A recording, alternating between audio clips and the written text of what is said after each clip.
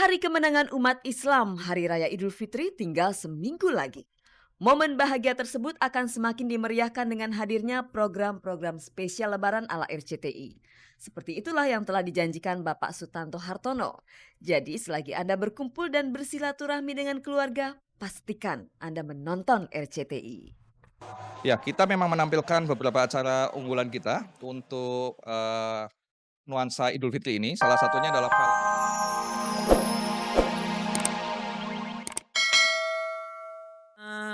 Meminta semaunya. Sepertinya kalau aku mau mengirimkan atau saya mau membuat pesta atau ini dengan memakai ini, bayar. Tidak boleh, aku minta segini. Oh, semaunya, bangkrut. Kalau bulan puasa itu agak agak sepi. Sepi karena orang puasa, tidak berpesta. Kalau toh ada, ya cuman buka puasa sekian, ini sekian ratus, ya ya paling mencapai ribuan, 1.000, 2.000. Tapi kalau sudah hari biasa itu bisa sampai 14 tempat, 10 tempat. Pemirsa, Hari Raya Idul Fitri semakin dekat. Hari di mana silaturahmi dilakukan dan ucapan maaf yang tulus diucapkan. Lantas apakah Maya Ahmad dan Mulan akan melakukan silaturahmi dengan mantan personil Ratu yaitu Pinkan Mambo? Hari Raya Lebaran memang hari yang sangat spesial. Karena itu RCTI sudah mempersiapkan berbagai macam program-program spesial Lebaran khusus untuk Anda. Nah, mungkin Anda penasaran ingin mengetahui program apa saja yang kami persiapkan untuk menemani hari Nan Fitri Anda? Sabar dulu pemirsa. Kita saksikan dulu komentar Ratu berikut ini.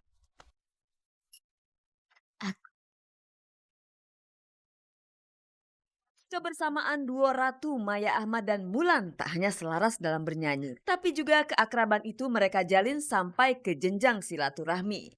Di hari Idul Fitri nanti, duo Ratu ini berusaha mengagendakan halal bihalal antar keluarga besar Ratu. Kalau hari Lebaran pertama dan kedua mungkin masing-masing ya. Ya kebetulan aja pas setelah Lebaran, beberapa hari setelah Lebaran kita ada main juga ya, jadi pasti kumpul nih. Kita tahu lah bahwa tidak ada yang bisa membantu kecuali kita sendiri membantu. Jadi membantu pekerjaan rumah kita sendiri.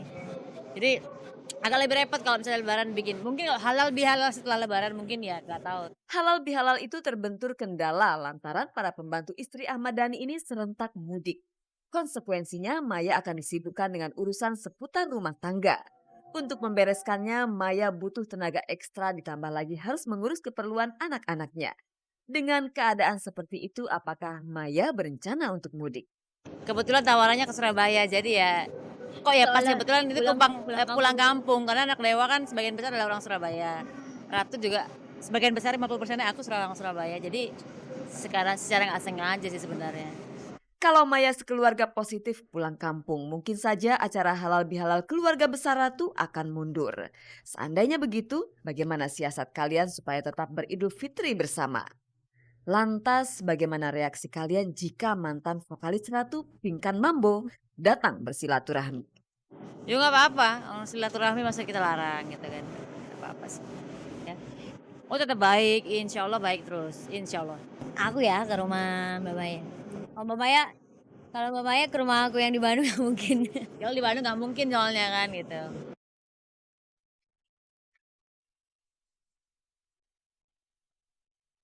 Hari kemenangan umat Islam Hari Raya Idul Fitri tinggal seminggu lagi. Momen bahagia tersebut akan semakin dimeriahkan dengan hadirnya program-program spesial Lebaran ala RCTI. Seperti itulah yang telah dijanjikan Bapak Sutanto Hartono. Jadi selagi Anda berkumpul dan bersilaturahmi dengan keluarga, pastikan Anda menonton RCTI. Ya, kita memang menampilkan beberapa acara unggulan kita untuk, nuansa Idul Fitri ini. Salah satunya adalah film baru berjudul Baju Baru untuk Rahman. Merupakan suatu film yang mengangkat tema sosial karena memang kita mendapatkan banyak, masukan yang positif sekali sewaktu kita menayangkan film Sakti dan Hanafi. Nah, kita harap dalam suasana, yang sangat suci ini menggugah perasaan orang untuk makin peduli terhadap sosial, terhadap lingkungannya. Jadi kita tampilkan suatu tema sosial lagi. Kita juga akan menampilkan hiburan, salah satunya adalah Star Spesial, maupun juga kita ada acara khusus dari Ancol menampilkan Oma Irama, Raja, ada band dan juga Ari Lasso. Penyanyi jebolan ajang Indonesian Idol, Nania dan Firman turut menghiasi acara spesial Lebaran RCTI. Bagi Anda penggemar Nania dan Firman, Anda pasti kangen dengan penampilan mereka di televisi. Anda pasti juga penasaran kegiatan apa yang kini mereka geluti selepas menjadi finalis Indonesian Idol. Kegiatannya saya sekarang masih nyanyi aja sih Mbak, mungkin acara off air, kadang-kadang juga ada on air di TV juga.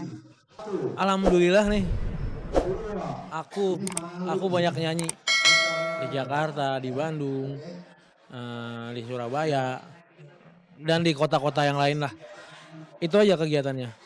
Langkah Firman mengikuti ajang Indonesian Idol bisa jadi menjadi langkah terbaiknya dalam perjalanan hidup. Firman yang dulunya pengamen jalanan kini menjelma menjadi seorang artis. Namun Firman harus menjalani konsekuensi. Lebaran ini dia tidak bisa mudik ke keluarganya di Sumatera Utara. Sebenarnya aku masih bingung banget nih. Kebetulan aku dikasih job Lebaran kedua dan berikutnya. Aku dikasih job sama manajemen aku. Jadi nggak bisa pulang nih kayaknya. Firman biasanya mohon maaf lahir dan batin ke mama itu langsung cium tangan, terus meluk mama, terus mama yang nangis gitu. Kayaknya tahun ini kembali seperti tahun-tahun yang lalu. Aku nggak bisa mak. Jadi aku mengucapkan mohon maaf lahir dan batin melalui televisi ya mah, melalui Gospot ya.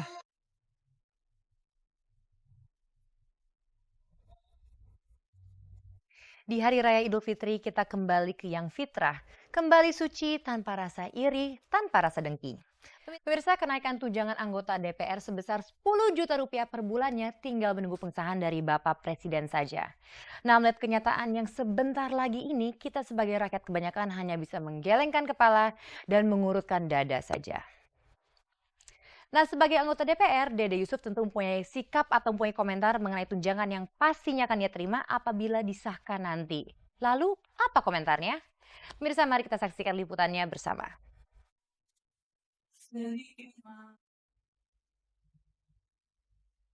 Masih banyak rakyat kecil yang tidak kebagian jatah kompensasi BBM. Mereka hanya mampu menelan ludah menyaksikan saudara-saudara mereka antri bermandi peluh demi mendapatkan kucuran kompensasi senilai Rp100.000 per bulan. Parahnya lagi tak jarang diwarnai keributan hingga memakan korban jiwa. Sementara di gedung DPR, para penyambung lidah rakyat ini lewat rapat paripurnanya telah mensahkan pemberian tunjangan sebesar Rp10 juta per bulan. Kini hanya tinggal menunggu pengesahan dari Presiden pada tanggal 28 Oktober nanti. Sebagai anggota salah satu fraksi di DPR, Dede Yusuf angkat bicara menyikapi keputusan para anggota Dewan itu.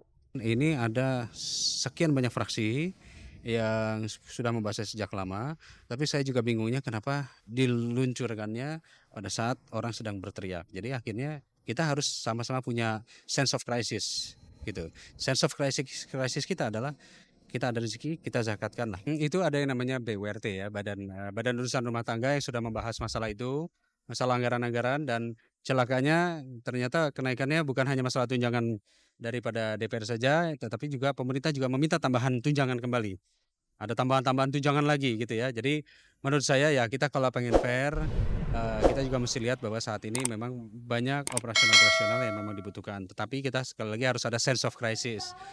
Subsidi BBM untuk rakyat sudah dipangkas pemerintah, tapi ironisnya pemerintah malah meminta suntikan dana tambahan. Hal ini membuat masyarakat makin tidak habis pikir dan pastinya citra pemerintah akan luntur di mata rakyat.